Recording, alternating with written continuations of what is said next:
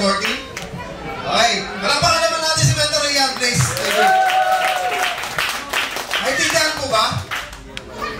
Wala? Ulitin ko ba? Wala umpisa? Wala na tindahan? Sino dito gusto magsimula ng negosyo? Taas kamay. Wala? Okay. Sir, pakilala lang po ako. My name is Michael Bernardo. Dati po akong empleyado ng Hari ng Padala. Familiar kayo? Ano po yung Hari ng Padala? Ha? Kami po yun 20 years ago. Bakit ko nasabi? Tanong nyo kung bakit? Ha? Wala pa kasing Grab at lalahog. Tama? Kaya kami po yung Hari ng Padala. Dati po akong empleyado for 10 years ng NBC. Nag-start po ako courier. Alam niyo po yung courier? Ano po yun? Nagdadala ng drugs? Hindi.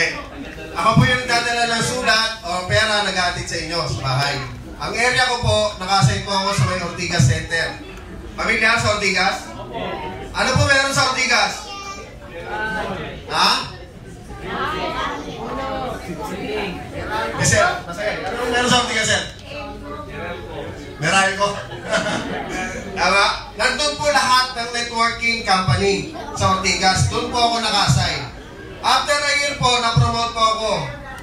Actually, ang ina-apply ko po talaga is taga-tanggap ng padala. Medyo masailan po kasi ako, ayoko na initan. Tama?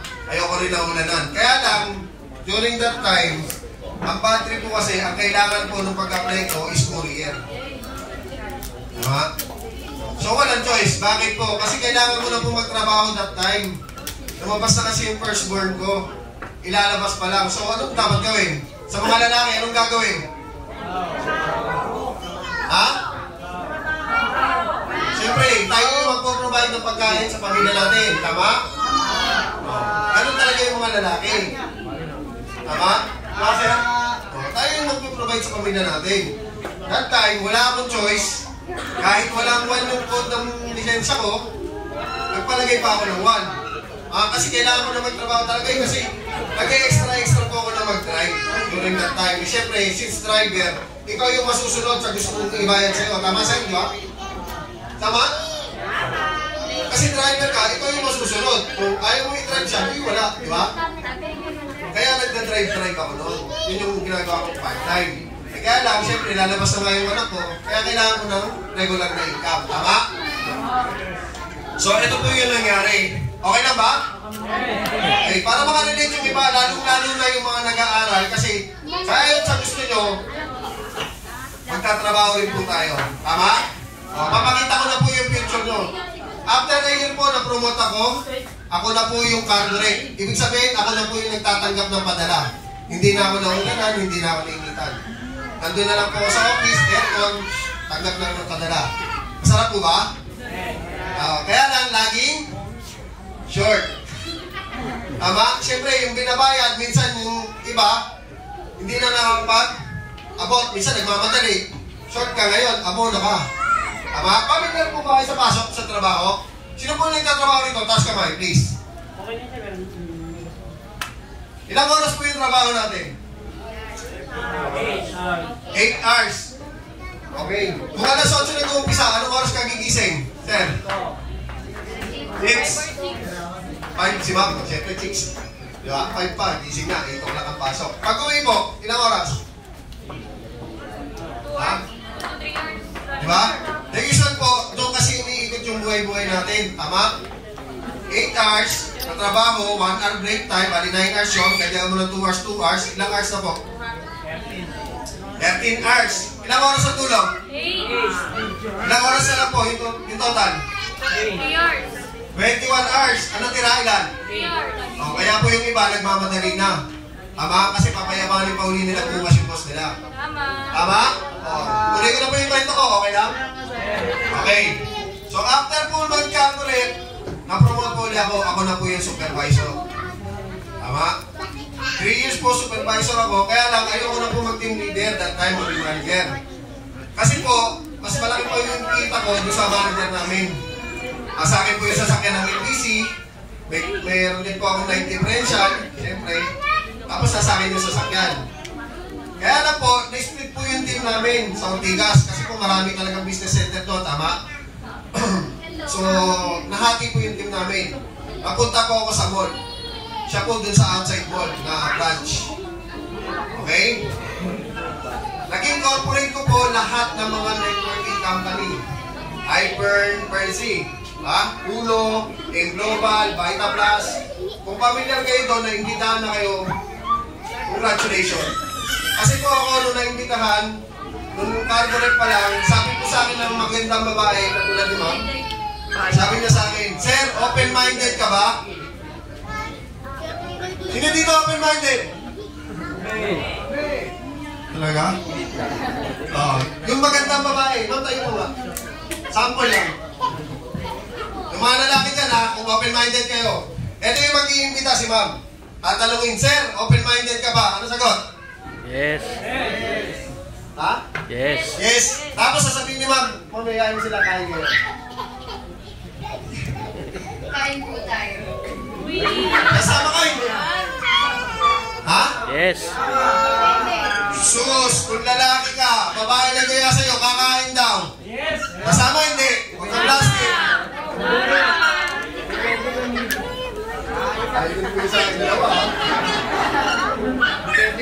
Ganito lang po yung kasimple. So, naimbitahan po ako, tulad doon ako, kunin dyan. Wala naman po akong balak sumali. Sino po ba gusto nito magbenta-benta, pyramiding, tama? Wala naman po kasi tayo alam doon regarding doon, tama? Hindi natin naintindihan. Pero ngayon po, gusto ko po maintindihan nyo na ito po talaga yung pwedeng magbigay ng milyon-milyon sa inyo. Promise. Pag naintindihan nyo po kung paano namin siya ginagawa. Ako po, unang-una, ayoko po na ito. Ayoko po kasi magbenta-benta. Tama? Sabihin na, ipibenta ko, papaputi ma'am. Alam mo, bibili ka? Papaputi? Ako yung magbibenta sa'yo ma'am. Bibili ka, hindi? Hindi, bakit? Hindi ko ma'am, kung ka bibili. Kasi negro ako. Tama? Tama, di ba? Ako may ibibenta yung sa mga papaputi. Negro ako. Tama? Hindi ako magaling magbenta-benta sa mga produkto. Pero, meron pong franchise. Sino po rito pwede kumain? Taas kamay. Kung hindi magtaas, hindi kakain. Tama? May franchise po yung company namin. Ang binibenta ko po yung franchise, Lechon Manok. Tama? Malaki yung kita, sir. Nakita niyo po kanina? Tama. Yun po yung mini-market ko. Ha? Ano ba? Nung nandyan po ako, ang pinakamatindi po, meron po akong nag-i-explain doon. At ulat din ito. Habang nakaupo ko dyan, kasi kitang tulo siya. Pero ang tinapos lang po ay second high school. Ako po, manager na ng LBC that time. Siya po second high school. Ano po yung problema? Siya po ay kumikita na 100,000 isang linggo. Tanungin nyo kung magkano sahod ko bilang manager ng LBC. Ano? Kano? Malamig. Kano? Tama? O, ano? 25,000. Sino mas magaling? Yung second year high school, yung manager? Uy, grabe kayo, ha? Bakit mo nasabi mas magaling siya sa akin, ma'am? Diskarte siya. So, sampal sa mukha ko yun, sir. Tama? Tama? Sampal sa mukha ko yun. Paano siya naging second year high school? Kung may kita 100,000. Ako, manager na 25,000 per month. Tama? Sampal sa mukha ko yun. Ano yung ginagawa niya? Ano yung hindi ko alam? Eh lahat naman nagsisipag, di ba? Nagsisikap, gusto kumita ng pera. Tama? Sino dito gusto ng pera? Ne. Parang konti na yung tataas ng mga. Diba, sir? Ganito lang po. To be honest po, hindi po ako nag-join sa kanya. Bakit? Unang-una po, kasi ang taas ng pride ko. Tama? Bakit mataas yung pride ko? Manager po ako ng LBC. Siya po second year high school lang. Eh paano kung nilaloko niya ako sa pinapakita niya yung 100,000 every week? Tama? Ito pa yung pinakamatindi na sinabi niya sa akin. Sir, kung makita yung future mo, tignan mo yung nauna sa'yo dahil sa ginagawa mo. At sabi ko naman sa kanya, sir, hindi ko naiintindihan yung sinasabi mo. Paano ko maintindihan yun? Sabi niya, sir, tignan mo yung future mo. Alam ko, mamuhula siya eh. Tama? Gusto ko lang makita yung future mo, tignan mo yung nauna sa akin. Hindi ko naiintindihan. Hindi ko alam yun, sir. Tama? O, sa kanya, sir, di ba bago ka pumasok sa NBC, may manager ka? Tama? May manager ako, di ba? Siyempre, pumasok may manager. Tama? Asan yung manager mo, sir? Manager pa rin, parehas na kami. Tama? Siya 20 years, ako 10 years. Tama? O anong problema? Sabi kong ganun sa second high school. Siyempre, maalas ako. E pride, di ba? Hindi high school na siya eh. Sabi kong ganun, anong problema? Manager pa rin naman siya. Parehas na kami manager ngayon. Ang sunod na tanong, sir, kamusta yung ATM mo? Di ba? Alam na alam ni sir na sagot? Ando, nakasanla. Tama? Kahit manager ka ng NBC, puro jer lang. Wala naman talaga money. Tama? Ang lupit pa nung dun sa amin sa NBC, kailangan kung may benta ka ng 1 million ngayon, kailangan same month last year, kailangan may 20%. So, ibig sabihin, kung mabenta ko ng 1 million last year, same month this year, kailangan may 200,000 o 1.2 million dapat ang benta ko. Malaki o malaki? Tama? E ba't hindi ko gagalingan dito? Yung second year high school nga, ginalingan eh. Kumita na million eh. 100,000 per week. Ako pa? Tama? Ang liit na puhunan, no? Magkano yung puhunan? 388. 4,000 lang. Pwede ka kumita ng million in 7 months. Ayaw mo pa? Sir, nag-retire na po ako. Bakit? Kasi sabi niya, sir, ang sabi niya, yan yung future mo. Kung magtatagal ka pa ulit, sir, ng another 10 years yan sa LBC, kasi 20 years yung boss ko, di ba? Yan yung future mo. Ibig sabihin, kahit umabot ako ng 20 years, sasanda ko pa rin yung ATM. Tama?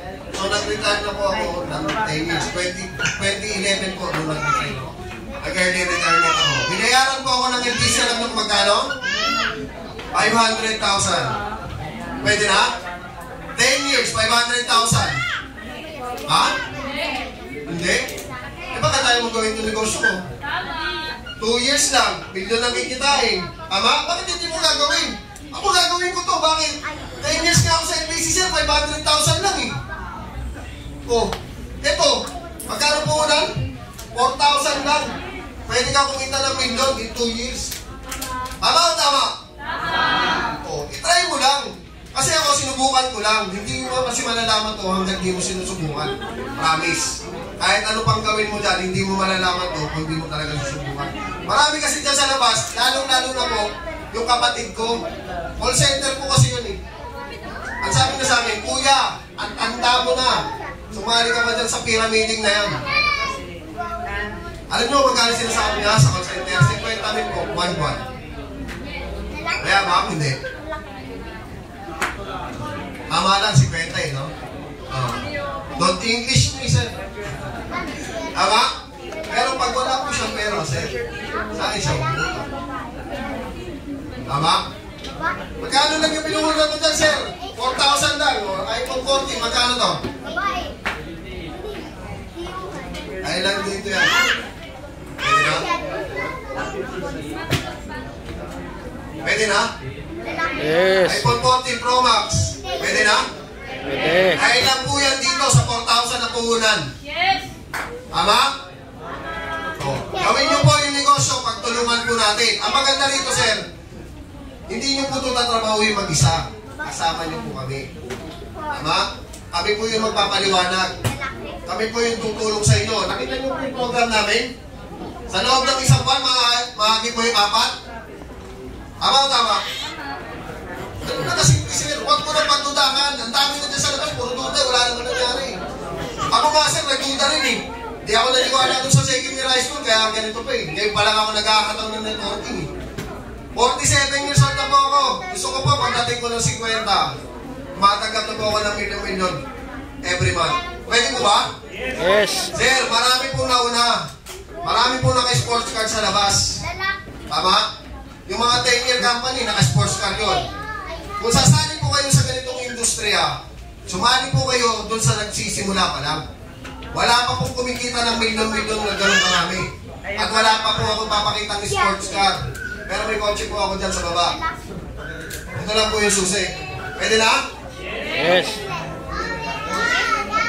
I-try nyo lang po. Wala pong mawawala. Lalo na kung wala ka. Tama o tama? Ha. Tama? 4,000 isang labas mo lang isang gabi yan. Panalo na yun eh. Tama, sir? Oh, isang birthday lang ngayon. Kulang pa yung 4,000. Tama ba? Yes. Yun lang po. At maraming salamat po sa inyo. Before po tayo kumain, tawagin ko na po si Miss Tanya in my birthday. Ipag-birthday lang po natin, ha? Sige, ano, yung mag-on the spot paying, may promo kami, di ba? 300